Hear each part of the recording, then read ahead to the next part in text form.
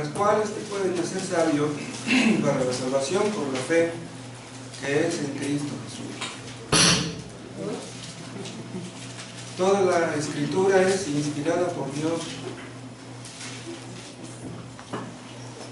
¿Cuál es el problema, hermano? No sé, pastor. ¿No es la pila? No, sí me van a cenar. Es acá. Ahí está, ahí está. Córtalo.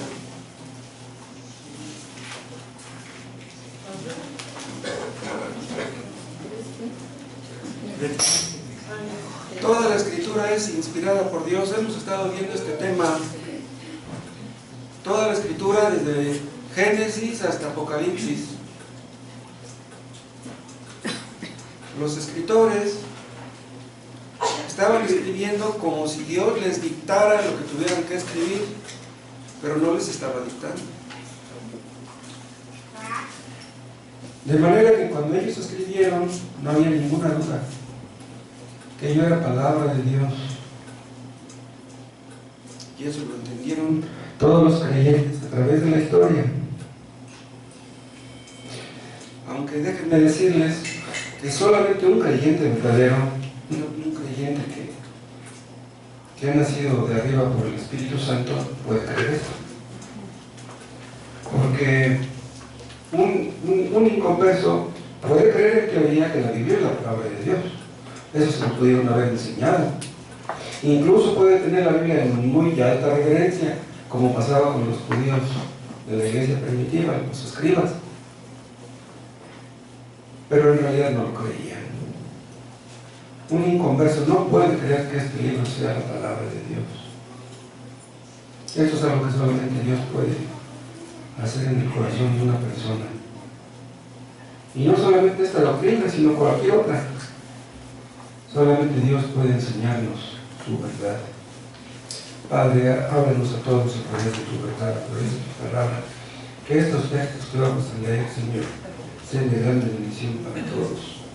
Aplícalos a la conciencia de cada uno. Que tu palabra penetre y haga su obra, esa obra que solo tú puedes hacer. Te lo pedimos en el nombre de Jesús.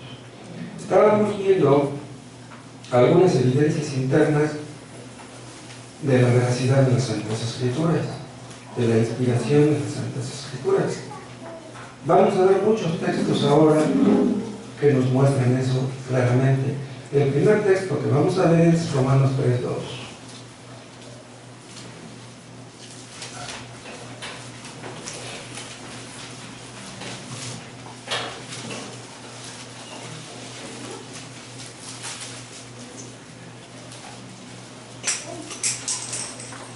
Antes de leer este versículo, Romanos 3:1, déjenme decirles que en Romanos capítulo 2, Pablo les está diciendo a los judíos que ellos tenían la ley, pero que no la guardaban.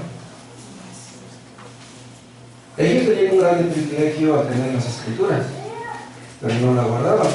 Y vean lo que les dice en el capítulo 3, versículo 1. ¿Qué ventaja tiene pues el judío? ¿Cuál es la ventaja que tienen ellos? Tienen las Escrituras. Dice, ¿o de qué aprovecha la circuncisión? Y la respuesta está en Dios. Muchos dicen, de todas maneras. Primero, ciertamente, que les ha sido confiada la palabra de Dios. Esa es la primera ventaja. Dios les confió a los judíos las Escrituras. Pero vean cómo lo dice. Les ha sido confiada la palabra de Dios. No dice la palabra de Moisés. Ellos tenían en alta reverencia a Moisés. Ellos pensaban que era la palabra de Moisés. Pero aquí dice, les ha sido confiada la palabra de Dios.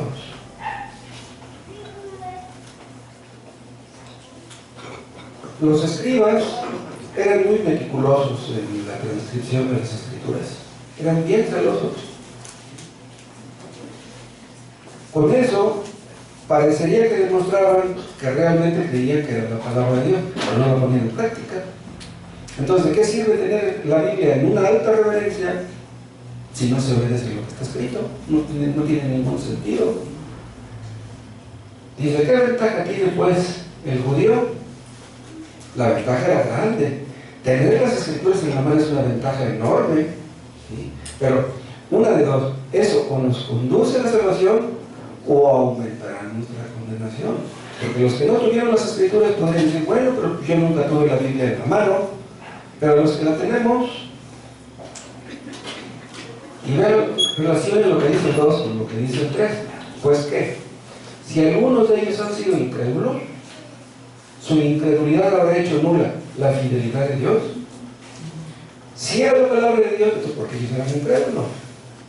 Si ellos decían creer que las escrituras eran la palabra de Dios, entonces ¿por qué eran incrédulos? ¿La culpa era de Dios? No. Dice Pablo, no, dice.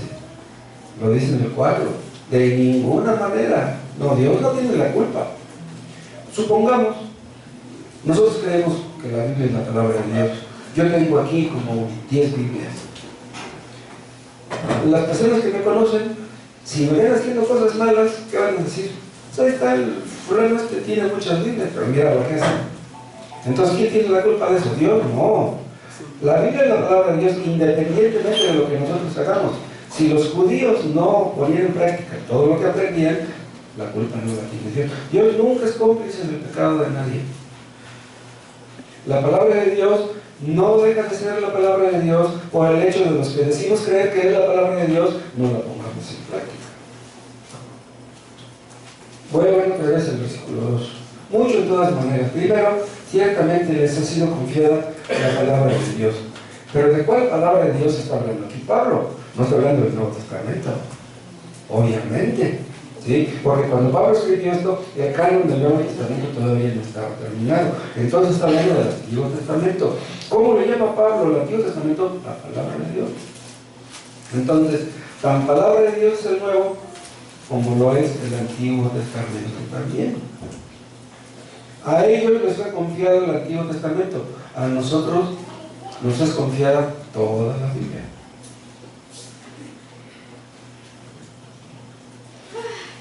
Dios preservó las escrituras del Antiguo Testamento durante siglos. Los escribas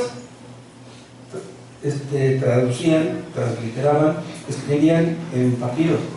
Los papiros se descubrieron más o menos 3000 años antes de Cristo. Entonces, lo que ellos tenían escrito en papiro era la palabra de Dios. Pero bien, eran inconversos la mayoría de aquellos escribas. Pero yo les estoy diciendo que eran bien meticulosos, bien escrupulosos en pasar una copia y otra, y otra, y otra. ¿Quién dio a aquellos escribas a hacer aquello? Fue Dios. El Espíritu Santo estaba detrás de todos ellos, aunque no hayan sido salvos. ¿Entienden? Dios puede impulsar a una persona a hacer algo, aunque esa persona no se salva. Entonces, Dios se encargó de que aquellas copias que pasaban de generación en generación fueran la palabra de Dios. Y si los antiguos judíos fueron usados por Dios de esa manera, imagínense ahora. Satanás siempre dio la palabra de Dios, tanto la que recibieron los judíos como la que tenemos nosotros. El diablo siempre ha hecho mucho por desacreditar, por acabar, por anular la palabra de Dios. Pero pues Dios la toma como algo personal y Dios se encarga de preservarla pura. Si ustedes tienen una versión católica en la mano, si ustedes tienen una versión moderna, una versión actualizada, o la versión antigua, de todos modos podemos decir que es la palabra de Dios. ¿Me entiendes? Hay traducciones que no se apegan estrictamente a la palabra de Dios, pero aún así, un creyente puede discernir cuando una palabra está mal traducida, una palabra que está mal puesta. Entonces, el problema en sí no está en la traducción. Los católicos, ¿qué excusa van a tener el día del juicio de haber tenido las versiones que tuvieron? Ninguna. Ahora ya casi todos los católicos tienen Biblia, pero pues de qué sirve que la tengan si no la estudian, y si la estudian pues no la creen. Entonces el Antiguo Testamento al que hace alusión Pablo fue entregado en forma permanente. Lo que tenían ellos lo tenemos nosotros, y quedó registrado para el beneficio de generación tras generación de creyentes. Entonces, cuando el apóstol Pablo, o Saulo más bien antes de ser convertido, estaba leyendo el Antiguo Testamento, él podía decir, esta es palabra de Dios, aunque no la entendía. El Saulo de Tarso, cuando leía el Antiguo Testamento, no lo entendía. ¿Cuándo fue cuando lo entendió? Cuando llegó a ser salvo. Una persona que no salva puede entender tal vez algunas cosas, pero lo más importante no lo entiende. Vean otro texto, en Hechos capítulo 24.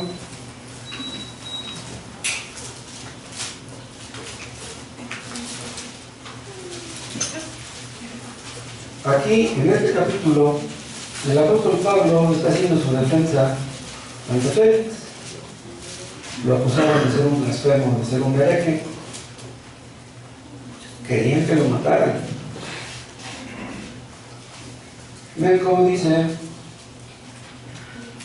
en el 13, ni te pueden probar las cosas de que ahora me acusan. O sea, no te pueden probar que yo soy un hereje. No te pueden probar eso. Y vean en el 14, pero esto te confieso, que según el camino que ellos llaman herejía, o sea, el cristianismo, digamos, que ellos llaman herejía, así sirvo al Dios de mis padres. ¿Cómo sirve al Dios de sus padres Pablo? Dice, creyendo todas las cosas que en la ley y los profetas están escritas. Aquí la frase, la ley y los profetas, se refiere a todo el Antiguo Testamento. Entonces dice, ¿cómo es que yo sirvo al Dios de mis padres? Creyendo todas las cosas que en la ley y los profetas están escritas. Entonces, vean lo que está diciendo Pablo. Yo creo todas las cosas que están escritas. Yo les decía hace 8 días que algunos dicen, pero ¿cómo es que unos leones hambrientos no se comieron a Daniel? ¿Cómo es que una ballena se tragó a Jonás y luego lo vomitó en la playa? ¿Y cómo es que una serpiente habló? Y nosotros creemos esas cosas porque Dios es todopoderoso y puede hacer eso. Para nosotros no hay ningún problema con eso. No creemos algunas cosas de las escrituras, los creyentes creemos todo lo que está escrito. Dice, así sirvo al Dios de mis padres, creyendo todas las cosas. En otras palabras, si tú no crees en todas las cosas, no puedes servir a Dios. Una persona no puede servir a Dios a menos que crea todas las cosas que están escritas. Porque si tú escoges algunas doctrinas que te gustan y otras no las desechas porque no te parecen agradables, no puedes servir a Dios.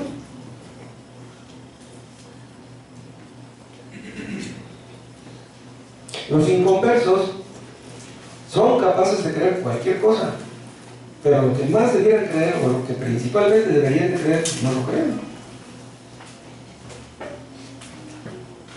Dice aquí al final del 24, 14, creyendo todas las cosas que en la ley y los profetas están escritas.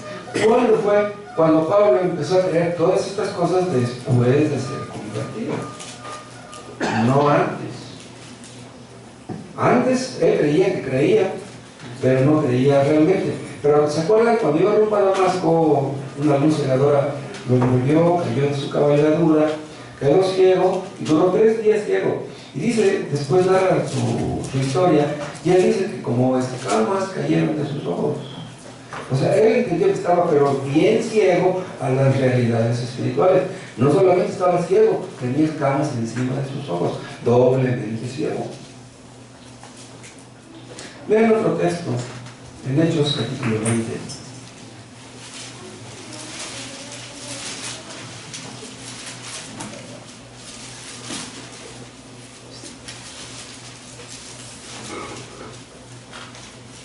Hechos 20.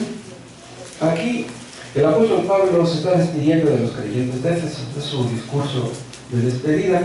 Vean en el 32. Y ahora, hermanos, como diciendo ya para concluir, os encomiendo a Dios y a la palabra de su gracia, que tiene poder para sobreedificaros y daros herencia con todos los santificados.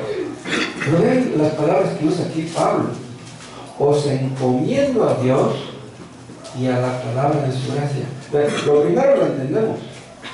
Pero ¿cómo entendemos lo segundo? Dice, os encomiendo a Dios. Ustedes encomiendan algo a alguien, a una persona. Encomendar algo a alguien es poner algo al cuidado de alguien. ¿Sí?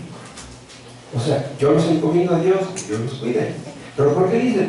Los encomiendo a la palabra de su gracia.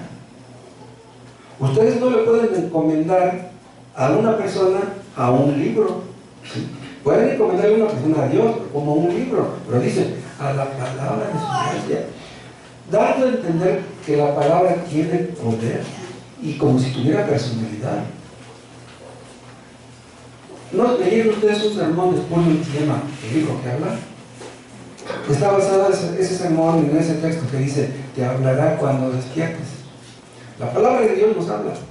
Es un libro vivo. La Biblia no es un libro como ningún otro. La Biblia nos habla como si fuera una persona la que nos está hablando. Por eso dice, os encomiendo a Dios y a la palabra de su gracia. O sea, Dios se encargará de ti, la palabra se encargará de ti.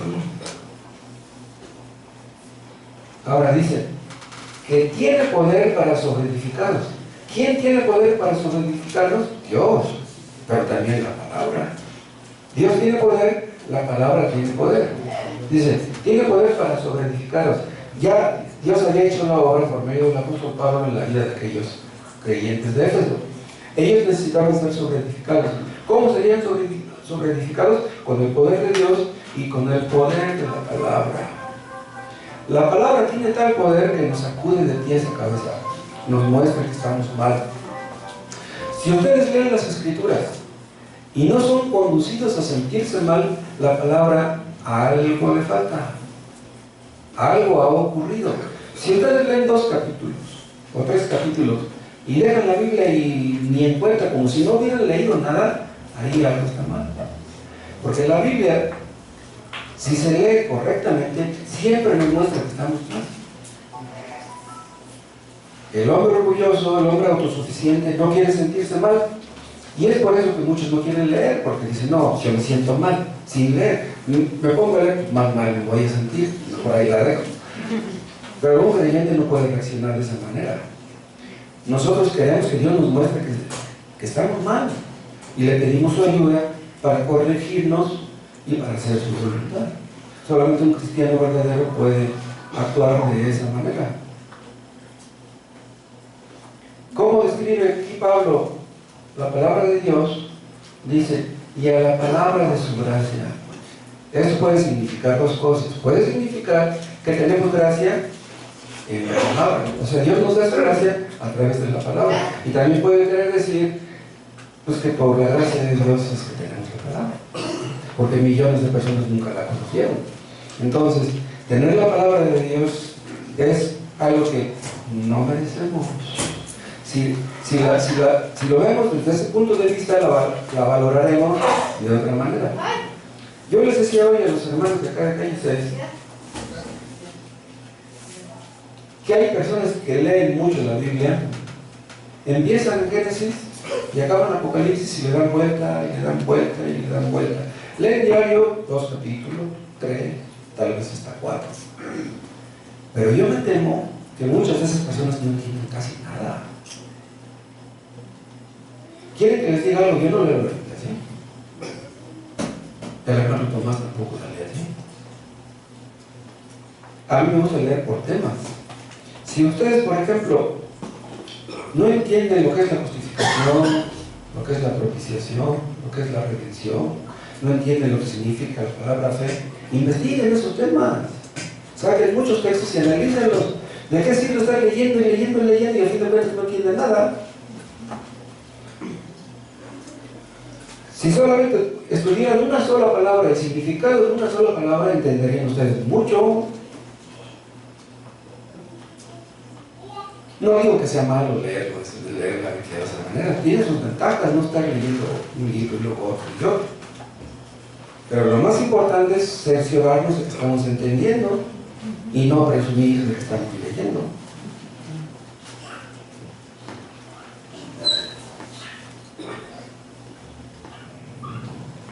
La gracia de Dios obra a través de su palabra.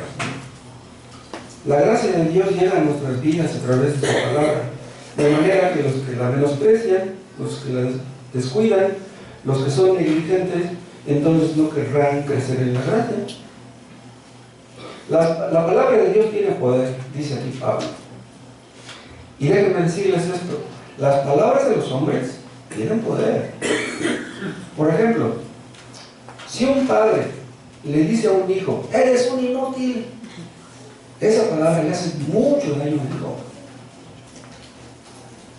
Un hijo puede tener en su mente una palabra que le dijo su papá hace 40 años y no olvidarla. Las palabras de los hombres pueden hacer mucho bien o pueden hacer mucho mal. Las palabras de los hombres, imagínense la palabra de Dios. Comparen la palabra de uno con la palabra del otro, no, hombre. ¿Cómo se sentirá un hijo que se saca 8 de calificación y su papá lo felicita y le dice, hijo, estoy orgulloso de ti? Imagínense, son unas palabras tan sencillas, hijo, estoy orgulloso de ti, de tu 8. Él se sentía mal, ¿por qué no me saqué un 9? ¿Por qué no me saqué un 9.5? Una palabra tan sencilla que puede hacerle tanto bien a un hijo. Imagínense las palabras de Dios. Dichosos aquellos que tuvieron padres que animaban a sus hijos, que les decían palabras buenas. Y lo que Dios nos diga, sea lo que nos diga, son palabras buenas. Aunque nos diga que estamos mal. Vean otro texto, 1 Corintios capítulo 2.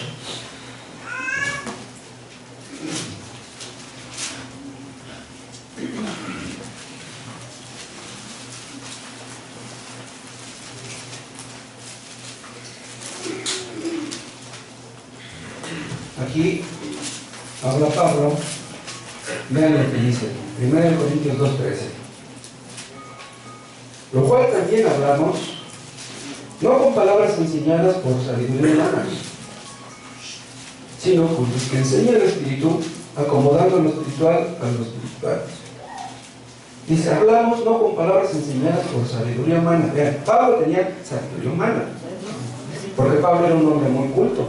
Pero dice aquí, las palabras que yo les hablo a ustedes no son enseñadas por los filósofos, por los poetas, por los escritores. Dice, yo les hablo con palabras enseñadas por el Espíritu. Son palabras teológicas, palabras que solamente Dios puede enseñar. Por ejemplo, supongamos que ustedes quieren entender el significado de la palabra redención. Y van con un filósofo o con un experto en la lengua española. ¿Les va a poder ayudar? No. Estas palabras, redención, propiciación, justificación, salvación, fe, arrepentimiento, son palabras teológicas. ¿Qué quiere decir? Son palabras inventadas por Dios. Entonces, ningún diccionario de la Real Academia Española nos puede enseñar el significado de estas palabras. Es por eso que la clave de la hermenéutica, la base de la hermenéutica, es que la Biblia interpreta la Biblia. Yo no voy a ir a una persona a que me diga el significado de estas cosas, solamente Dios puede enseñar. El significado de las palabras teológicas, solamente Dios puede dárnoslo, porque esas palabras no las inventaron los hombres, sino el Espíritu Santo. Yo les hablaba hoy a los hermanos de acá de la calle 6 del significado de la palabra fe. Ustedes busquen en un diccionario de la Real Academia Española el significado de la palabra fe. Nada que ver con lo que significa esa palabra. ¿Sí? Dicen algunos, yo tengo fe que va a ganar el América, pero le ganan y hasta lo golean. Entonces, ¿de qué sirve su fe? Esa no es fe. Como que quisiera parecerse algo a lo que es la fe, pero nada que ver con lo que es la fe verdadera. Estas son palabras enseñadas por el Espíritu, inventadas por el Espíritu. Han existido personas que han escrito paráfrasis de la Biblia. Ustedes saben lo que es una paráfrasis. O sea, agarran un texto y como ellos piensan que es difícil de entender, entonces buscan otras palabras que sean más sencillas para hacerlas accesibles a la gente pues, que no tiene tantos conocimientos, tanta cultura. ¿Quieren que les diga para qué sirven esas paráfrasis? Para nada. En serio. Yo les hablaba de la palabra redención. ¿Qué palabra podrían ustedes poner en su lugar? Es que yo no entiendo la palabra redención. ¿Qué palabra pondrían ustedes? Entonces, si tú buscas una palabra que más o menos se parezca a su significado y la pones en lugar de la palabra redención, no da resultado. Y no olviden una cosa: de nada serviría que explicáramos a todos lo que significa la palabra redención si tú no eres redimido.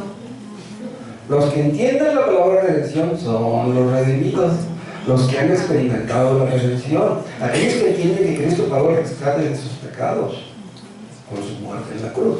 Esos son los redimidos, son los que pueden decir: Cristo es mi redentor. Yo merecía la muerte, merecía el infierno, pero Cristo me libró de eso. Esos son los que entienden la palabra redención. Los que no, aunque entiendan la teoría, aunque entiendan el significado de la palabra, a fin de cuentas no se apropian de la redención, no son redimidos, entonces no entienden. Ninguna versión moderna, ninguna paráfrasis, ninguna versión actualizada puede sustituir estas palabras por otras más fáciles de entender.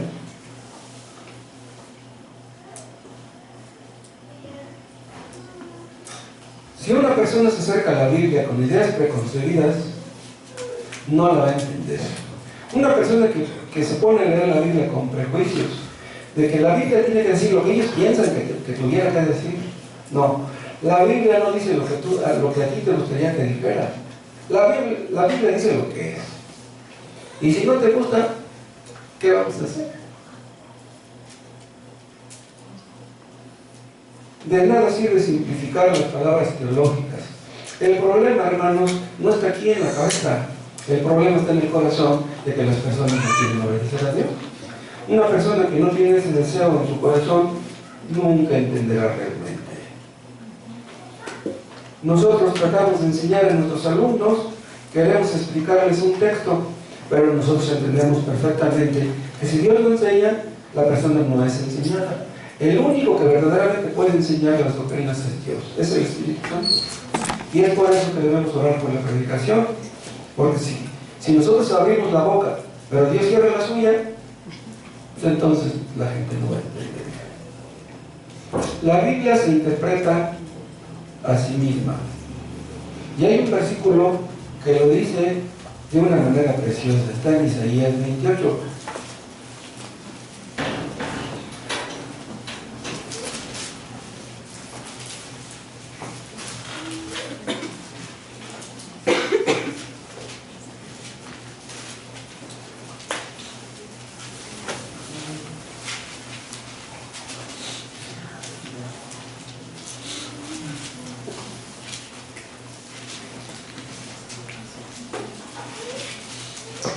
Isaías 28, 7.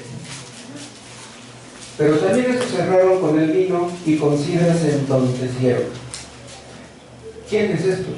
Dice, el sacerdote y el profeta. Erraron con sidra.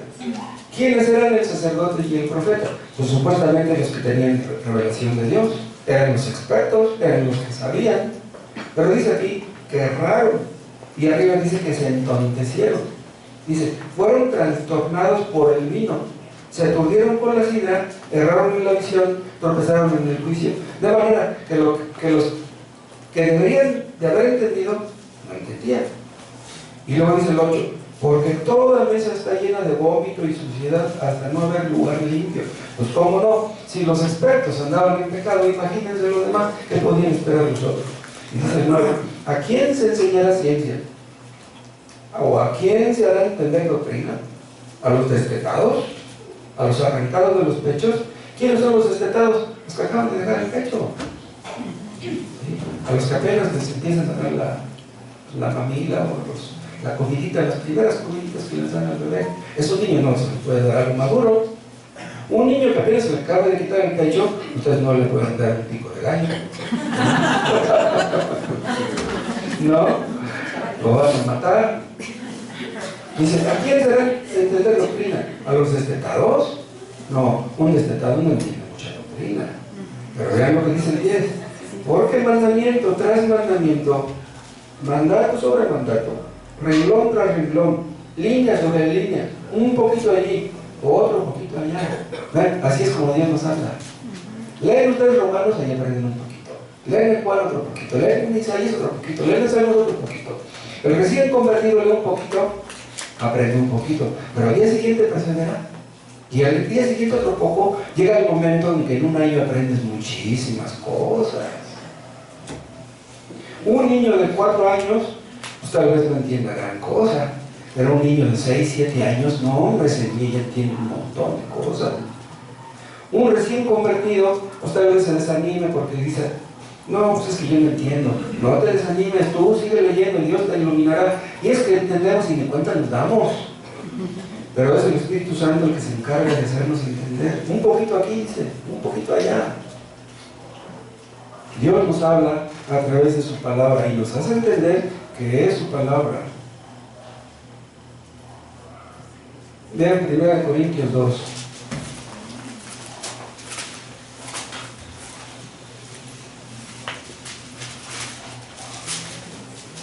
Primera a los Corintios 2, versículo 13. Lo cual también hablamos no con palabras enseñadas por sabiduría humana, sino con las que enseña el Espíritu, dice, acomodando lo espiritual a lo espiritual. Esta palabra acomodando quiere decir comparando. Comparando lo espiritual con lo espiritual. Si ustedes quieren entender el significado de una palabra espiritual, tienen que acudir a lo espiritual. ¿Y qué cosa es lo espiritual? Es esto.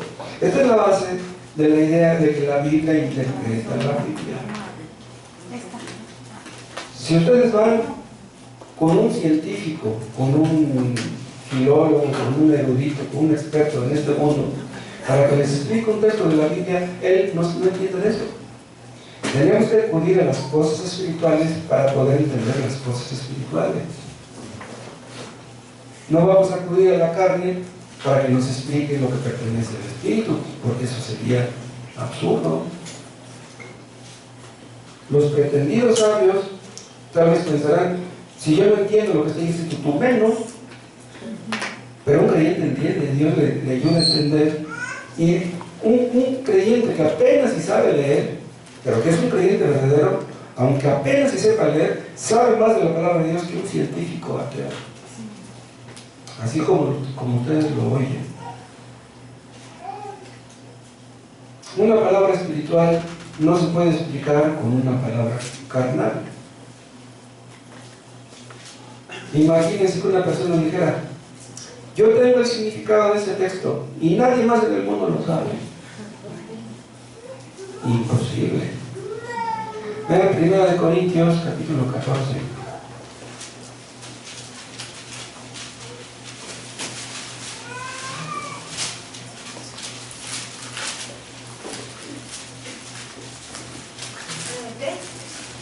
Y supongamos que un cristiano pudiera entender un versículo que nadie en el mundo lo pudiera entender excepto él. Supongamos que Dios le revelara a un cristiano el significado de un texto, no más a uno en el mundo, que nadie más lo supiera. ¿Creen ustedes que ese creyente andaría presumiendo que él es el único que lo sabe? Yo les aseguro que no. 1 Corintios 14.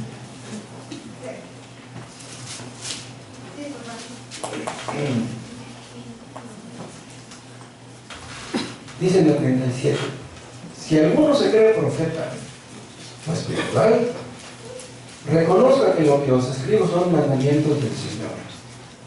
¿Por qué dice estas palabras Pablo? Bien, uno de los propósitos de esta epístola es la defensa del apostolado del apóstol Pablo. Porque había en esa iglesia de Corinto personas que pensaban que él no era un apóstol, porque él no había formado parte del grupo apostólico, sino que Cristo lo llamó al apostolado ya después de unos años. Entonces, como dudaban de que él fuera un verdadero profeta, vean lo que les dice. Si alguno se cree profeta, o sea, si alguno de ustedes cree que es profeta, yo no, ¿sí? Dice, reconozca que lo que os escribo son mandamientos del Señor. Esto que yo estoy escribiendo no lo inventé yo. No fue una ocurrencia mía. Esto que estoy escribiendo son mandamientos del Señor. Esta era una acusación terrible en contra de aquellas personas. Si ustedes son espirituales realmente, tienen que entender que esto que les estoy diciendo yo es espiritual. Esto no nace de la carne, esto no lo inventó ningún ser humano. Y luego dice el 38, más el que ignora, ignore. Si ustedes no creen que yo soy un apóstol de Cristo, si no quieren creer que lo que yo escribo es palabra de Dios, crean lo que busquen. ¿Cómo vamos a obligar a una persona que no quiere creer que este libro es palabra de Dios a que lo crea? No, si no quieres creer, no lo creas. Pero eso irá bajo tu propia responsabilidad. Porque si tú estás equivocado, wow, ¿en qué problema estás? Si ustedes se topan con una persona que dice que este libro no es la palabra de Dios, que este libro es como cualquier otro libro, ¿cómo le convencerán de su error? Es inútil, le digan lo que le digan. No debemos malgastar el tiempo en tratar de convencer a esas personas. La apologética es buena, pero tiene sus límites. La apologética es la defensa del Evangelio, la defensa de la verdad del Evangelio. Hay apologetas que son buenísimos para defender la fe. Pero pues, ¿saben a quién ayudan los apologetas? A los creyentes. A ellos les ayudan, pero a los inconversos no. La palabra de Dios es espiritual, fue inspirada por el Espíritu Santo, y el Espíritu Santo es experto en mostrarnos nuestro pecado. El Espíritu Santo es santo. Nosotros somos pecadores. Y cuando estamos leyendo nos muestra nuestro pecado. Pero una persona que tiene una mala conciencia no puede leer en paz, no puede estar a gusto leyendo. Le va a dar sueño, se va a aburrir, no se podrá concentrar en lo que está escuchando, cosas por el estilo. Y algunos, si es confrontado de manera directa, ¿saben qué? Se va a enojar con la persona, se va a enojar con el predicador, va a encontrar fallas en los demás en lugar de encontrarlas en sí mismo. Dios nos habla para que veamos nuestro pecado, y a eso debemos atenernos. ¿Qué tenemos que estar viendo el pecado de otros? Bastantes problemas tenemos contra nuestro propio pecado para estar lidiando con los enfermos. ¿Se acuerdan ustedes cuando los judíos mataron a Esteban? ¿Qué estaba haciendo Esteban en ese momento cuando lo mataron? Estaba predicando. Ya en la conclusión les dijo: incircuncisos de corazón y de oídos, ustedes siempre resisten al Espíritu Santo. Crujieron los dientes, se agarraron piedras y lo empezaron a matar. ¿Lo mataron por qué? ¿Porque les dijo mentiras? No, lo mataron porque les dijo la verdad. Es que eran personas que no les gustaba la verdad. La palabra de Dios habla en nuestra conciencia. Nos dice que estamos mal. Eso es la verdad. ¿Habrá un creyente que nunca esté mal en algo? Nunca. Nunca habrá un creyente que nunca esté mal en algo. Aunque ustedes estén mal en 99 cosas, en una estarán mal. Y Dios nos mostrará ese uno, para que hagamos algo. Pero pues el hombre que tiene una mala conciencia, no me digas eso. No quiere que le digan sus verdades. Pero pues eso es lo que Dios quiere, decirnos nuestras verdades. Pero las personas que rechazan la verdad y no quieren seguir escuchando, déjenlos. Así les dijo Cristo a sus discípulos: déjenlos. Dice, guías ciegos son. No tiene caso estar discutiendo. Aunque también déjenme decirles, para descargo de algunos, que una persona que rechaza hoy, que no quiere escuchar las Escrituras porque piensa que no es palabra de Dios, a la mejor ni llega a ser creyente. No debemos desanimarnos tampoco. Vean Tito, capítulo 3.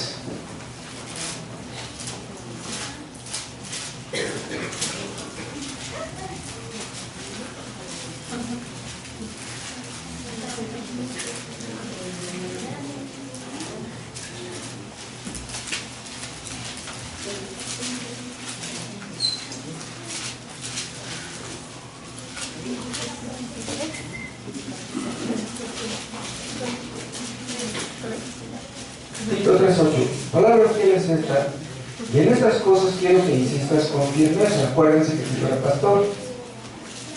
Para que los que creen en Dios procuren ocuparse en buenas obras. Estas cosas son buenas y útiles en las obras. ¿Qué deben hacer los creyentes? ocuparnos en buenas obras, en cosas que sean útiles a nuestros semejantes, buscar el bien de los demás.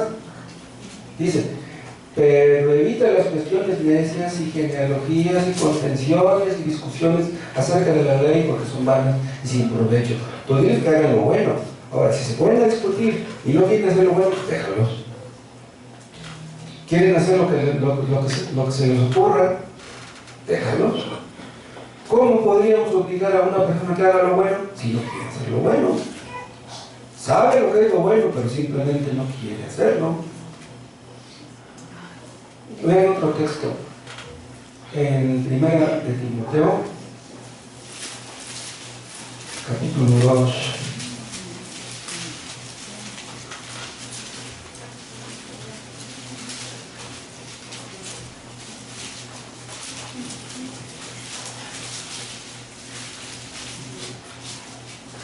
Primera de Timoteo 3, 11. La mujer aprende en silencio con toda sujeción. Esto habla en las reuniones de la iglesia. Las mujeres deben aprender con toda sujeción a los pastores y a los ancianos. Dice entonces, porque no permito a la mujer enseñar, ni ejercer dominio sobre el hombre, sino estar en silencio. Repito, este versículo se aplica, ¿sí?, a la enseñanza pública de la iglesia. La mujer no debe enseñar, la mujer no debe predicar. Pero dice aquí en 12, porque no permito. Y esta palabra la usan muchos para atacar a Pablo y lo acusan de machista y de misógino, que él odiaba a las mujeres. Y dice, ¿por qué no dice aquí? Dios no permite. Dice, no, yo no permito. Pero ven, él está haciendo uso de su autoridad apostólica. Cuando él dice no permito, es porque sabe que Dios no permite. Aquí, esta no es idea de Pablo, esta es palabra de Dios. Dice, porque no permito a la mujer enseñar, ni ejercer dominio sobre el hombre, sino estar en silencio. Esto no se aplica al hecho de que una mujer pueda enseñarle a su marido un texto en su casa o a sus hijos. ¿Sí? Si una mujer es cristiana y tiene más conocimiento que su marido, oye, viejito, mira lo que dice este texto. Enseña a tu marido, no hay ningún problema. Aquí se refiere a la enseñanza de la iglesia. No permito a la mujer enseñar ni ejercer dominio sobre el hombre sin estar en silencio. Y luego da los motivos por los cuales la mujer no debe predicar. Porque Adán fue formado primero, después Eva. Adán fue primero. Eva se derivó de Adán. Y Adán no fue engañado, sino la mujer, siendo engañada, incurrió en transgresión. ¿Quién fue engañado en la caída? Eva, no Adán. Adán pecó con los ojos abiertos. Eva fue engañada. ¿Por qué cayó en el mismo error Adán? Por amor a Eva. Podríamos decir en un sentido que Adán tenía un atenuante, Eva no tenía ninguno. ¿Por qué desobedeció a Adán? Se va a morir Eva, me la va a quitar Dios, me voy a quedar solo otra vez. Pues ya, se va a morir ella, no muero junto con ella. Pecó por amor. Adán no fue engañado, sino que la mujer, siendo engañada, incurrió en transgresión. Pero se salvará engendrando hijos si permaneciera en fe, amor y santificación con modestia. No se salvará engendrando hijos, porque si se salvará engendrando hijos, entonces los que más hijos tienen, más salvas serían. No, dice, si permaneciera en fe. ¿Sí? Se salvará engendrando hijos porque Dios quiso que la mujer tuviera hijos, que se dedicara al ámbito del hogar. Dice, pero si permanece en fe, amor y santificación. Porque si no tiene estas cosas, de nada sirve que engendra hijos. Entonces, esta es palabra de Dios, no es palabra de Pablo. Hay muchas personas que no les gusta leer las epístolas del apóstol Pablo. Incluso hubo teólogos que escribieron libros en contra del apóstol Pablo. Pero ellos no entendían que desechar a Pablo es desechar a Dios mismo.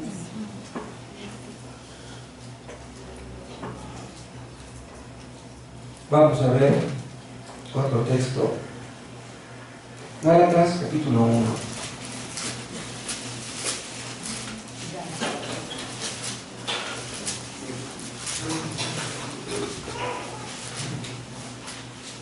Gálatas 1:11. Mas os hago saber, hermanos, que el evangelio anunciado por mí no es según hombre. Nadie lo inventó, dice, ni yo tampoco. Y luego dice 12, pues yo ni lo recibí, ni lo aprendí de hombre alguno, dice, sino por revelación de Jesucristo.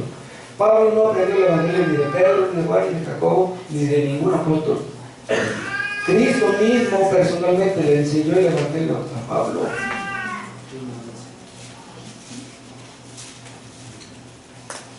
Entonces, el evangelio de Pablo es el mismo evangelio de Cristo, no hay ninguna diferencia. Entonces, esas personas que les menciono están equivocadas. Entonces, como Pablo recibió el evangelio de Cristo mismo, no lo podía cambiar. No lo podemos alterar, no lo podemos suavizar, no lo podemos acomodar a los hombres para que les parezca simpático. El evangelio es el evangelio. ¿Qué podemos hacer para que la persona no se moleste con el evangelio? Para que no se sienta incómoda. Predicamos el evangelio y si a la gente no le gusta, pues ni modo. Dice aquí Pablo que el evangelio se lo reveló Cristo. En otras palabras, si Cristo no se lo hubiera revelado, Pablo hubiera permanecido en tinieblas toda su vida. Nunca hubiera sido salvo. Cuando nosotros predicamos el evangelio, no queremos que los hombres se fijen en nosotros. Queremos que se fijen en Cristo, que se sometan a Él, que le obedezcan a Él. Otra cosa, el evangelio que predicamos deben creerlo ustedes y debemos creerlo nosotros. La verdad es para ustedes, también para nosotros. Todos estamos en la misma obligación. No vamos a decir, ustedes deben obedecer. No, nosotros somos los primeros, los que predicamos. Todos tenemos que estar sujetos a la palabra de Dios, porque es la palabra de Dios. ¿Qué dice Pablo? Palabra fiel y digna de ser recibida por todos. No por todos ustedes, por todos nosotros. Vean 1 Tesalonicenses, capítulo 2.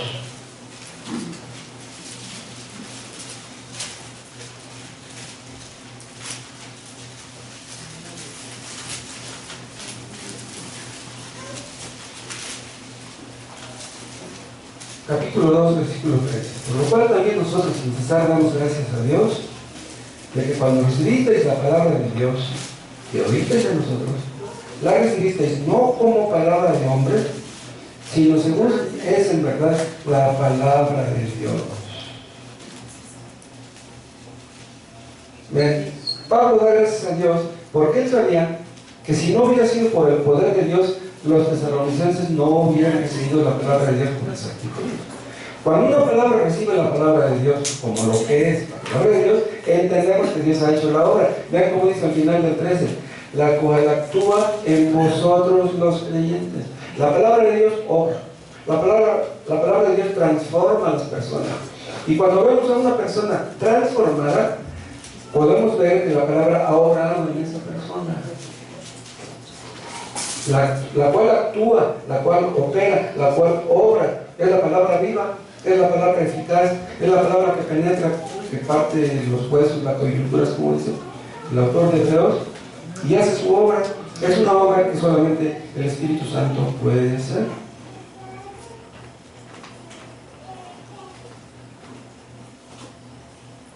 Todos estamos sujetos a la palabra. ¿Qué pasa cuando un predicador predica y no se alimenta? Podemos caer en el error de pensar que todos los miembros de la iglesia están flacos, débiles y anémicos y necesitan alimentarse. El primero que necesita alimentarse es el predicador. Es el primero.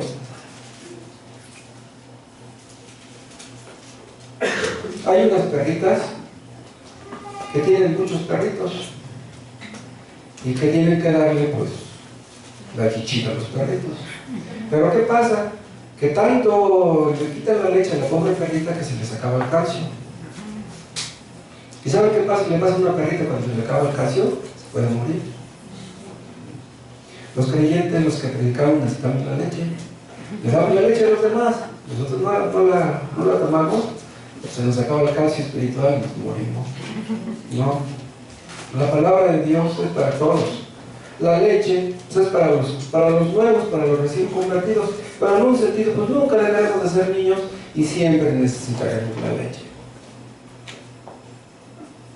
Dice Spurgeon en uno de sus sermones, dice que aunque los adultos no necesitamos la leche, nos sabe muy rico un trago de leche bien fría, leche refrescante.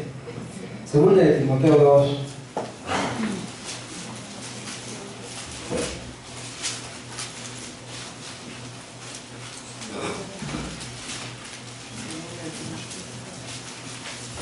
Segunda de Timoteo 2, 15. Le dice Pablo a Timoteo, pastor, procura con diligencia presentarte a Dios aprobado, como obrero que no tiene de qué avergonzarse, que usa bien la palabra de verdad. Hay otra traducción que dice que traza bien la palabra de verdad. Si nos atenemos a esa traducción que dice que traza bien, el predicador traza un camino recto para que las personas no se desvíen. Pero para que una persona no se desvíe, necesitamos trazar bien la palabra, porque si nosotros no la entendemos, ¿cómo podríamos ayudar a una persona a entenderla? Y si nosotros nos desviamos del camino, ¿cómo le diríamos el camino a la persona que vete por ese camino? Si nos hemos salido del mismo. O sea, si estamos desorientados, confundidos, pues la gente se va a desorientar y a confundir, y en lugar de hacer un bien, haremos un mal. Por eso le recalca esto Pablo a Timoteo. Ten mucho cuidado. Hay otra parte donde le dice, ten cuidado de ti mismo y de la doctrina. Que Dios nos ayude, hermanos. Todos estamos en el mismo camino. No podemos alterar la palabra. No podemos suavizarla, no podemos mutilarla, no podemos distorsionarla. No queremos agradar a los oyentes, no queremos ofender a nadie. Quisiéramos decir palabras que a todo el mundo le gustaran, que todos ustedes salieran bien felices de aquí, etc. Pero si no es así, si salen sintiéndose mal porque Dios les hizo sentir mal, qué bueno. Que Dios les ayude, hermanos, a corregir todo lo que tengan que corregir y que Dios nos ayude a todos a lo mismo. No nos vamos a preocupar mucho por si algunos se ofenden. Es más, hasta en un sentido sería mejor que se ofendieran muchos, siempre y cuando esa ofensa les condujera a los pies de Cristo. Porque la palabra de Dios debe de conducir a las personas a Cristo. Vean cómo dice el capítulo 3, en el versículo 15. Segunda de Timoteo 3:15, y que desde la niñez ha sabido las Sagradas Escrituras. Aquí empieza el asunto. Las Sagradas Escrituras, pero sigan leyendo. Las cuales te pueden hacer sabio para la salvación por la fe que es en Cristo Jesús. ¿En dónde está la salvación? En Cristo Jesús. Las Sagradas Escrituras sirven a la persona que es conducida a Cristo Jesús. Porque si una persona está escuchando predicación tras predicación y no se es conducida a Cristo Jesús, entonces de que se vio todo. Las Escrituras fielmente interpretadas tienen que conducirnos a Cristo. Fuera de Cristo no hay salvación para nadie.